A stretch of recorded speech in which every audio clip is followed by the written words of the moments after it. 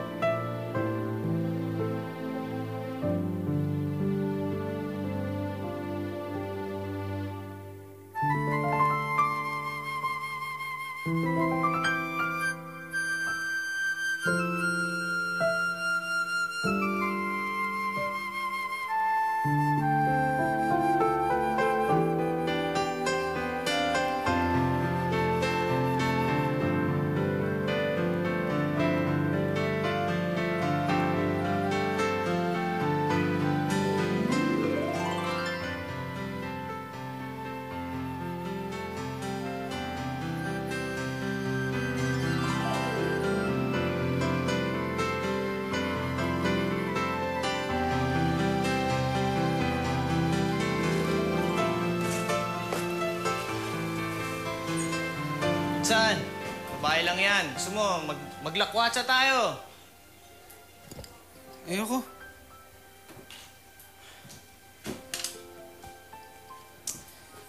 Insan, hindi mo pa nga syota yan eh. Kung magdrama ka naman, para naman masyado ka naman seryoso. Pabayaan mo nga ako.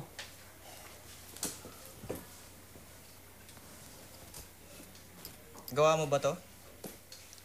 Okay ah. Wala ka ba talagang ibang mapeste sa eskwela? Hindi nga. Kilala mo si Paul. Yung org niya may pa-contest. Gusto mo isali natin to? Sabi ng tigilan mo ko, ewan sa'yo.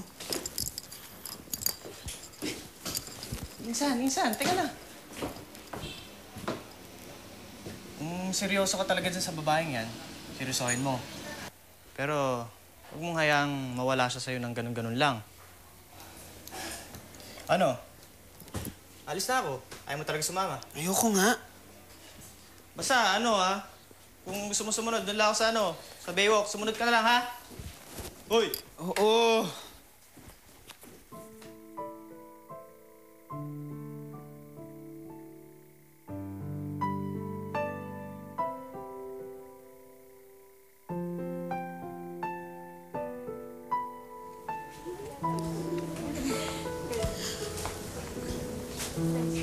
Excuse me. Yes? Alam mo ba kung saan si Carl? Si Carl ba? Wala siya eh. Na-accept ata. May activity na sinilihan. Ah, okay. Thank you. Thank you.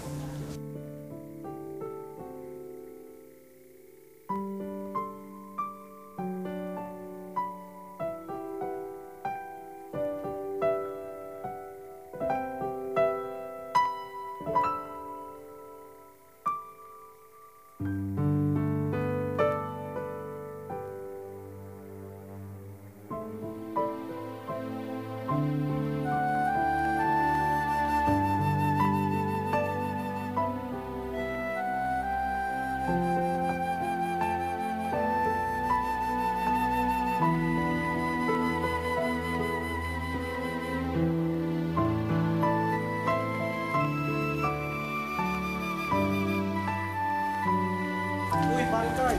Congrats ha. Kita mo na. Di ba sabi ko sa'yo, buti na lang, sinabit natin yung sketch mo. Kundi hindi natin na-discover yung hidden talent mo. Salamat. Ha? No problem. An,